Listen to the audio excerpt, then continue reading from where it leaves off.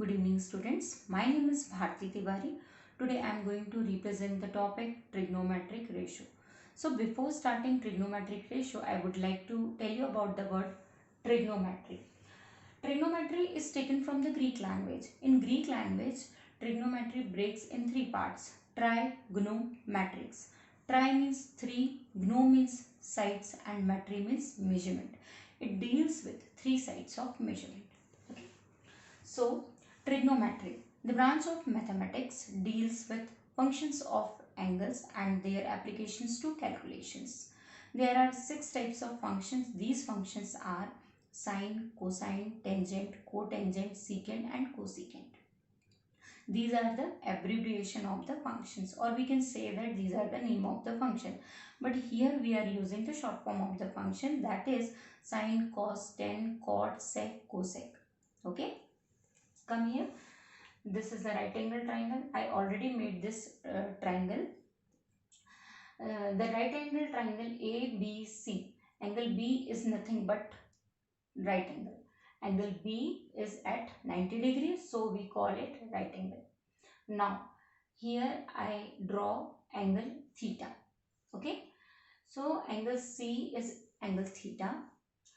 The side AB is opposite to angle C, so it is called opposite side of angle C, and the side BC is adjacent to angle C, so it is called adjacent side of angle C. Now AC is opposite to angle B, so it is called hypotenuse. In this way, in this triangle, hypotenuse cannot be changed, but opposite and adjacent will be changed. If I draw angle theta here in place of C, here in place of A, okay.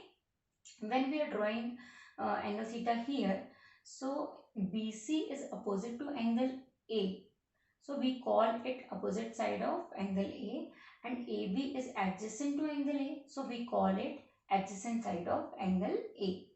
In this way, opposite and adjacent becomes changed, but hypotenuse cannot be changed. Remember these things. Now the question comes, what are the trigonometric ratio? Trigonometric ratio is the ratio of two sides and angle between them. Okay. Now come here. This is our functions. These are the six functions. Okay. So sine theta. Sine theta is equals to opposite upon hypotenuse. The value of opposite here is AB and the value of hypotenuse is here AC. Now for cos theta, adjacent upon hypotenuse. This is the ratio. So I am going to put in the value of adjacent and hypotenuse. What is the value of adjacent? It is BC. And what is the value of hypotenuse is AC. Now for tan theta, it is equals to opposite upon adjacent. What is the value of opposite here?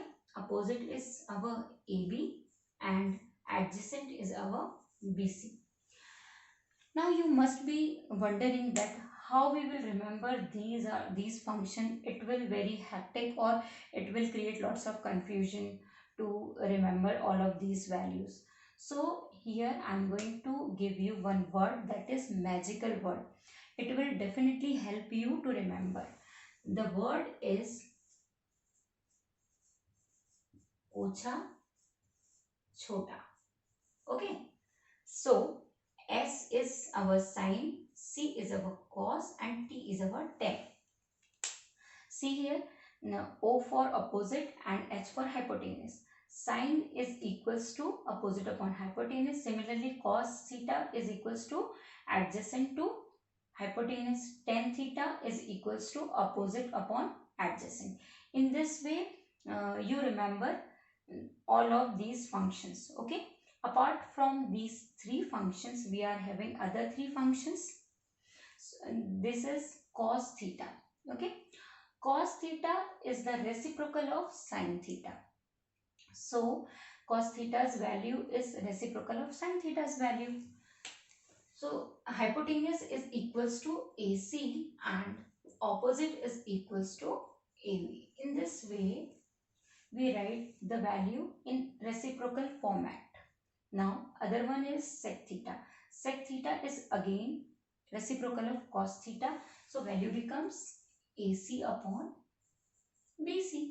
Now cot theta is also reciprocal of tan theta. So the value becomes BC upon AB. Okay. So in this way you remember all of 6 functions. Now we observe that tan theta is equals to AB upon BC. Now we are going to dividing from numerator and denominator AC.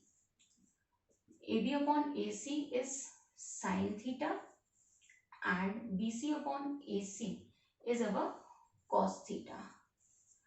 So tan theta is the ratio of sin theta upon cos theta. In this way we calculate other relation of these functions. Okay. Now the question comes, why I have taken right angle triangle here. In this, why I have taken right angle triangle here? So because uh, right angle triangle is the only triangle which is having 3 sides with 3 different names. Okay. If we call the triangle 3 sides with the same name, so it will create lots of confusion. That's why we are taking right angle triangle, because it is having 3 sides, that is opposite, hypotenuse and adjacent.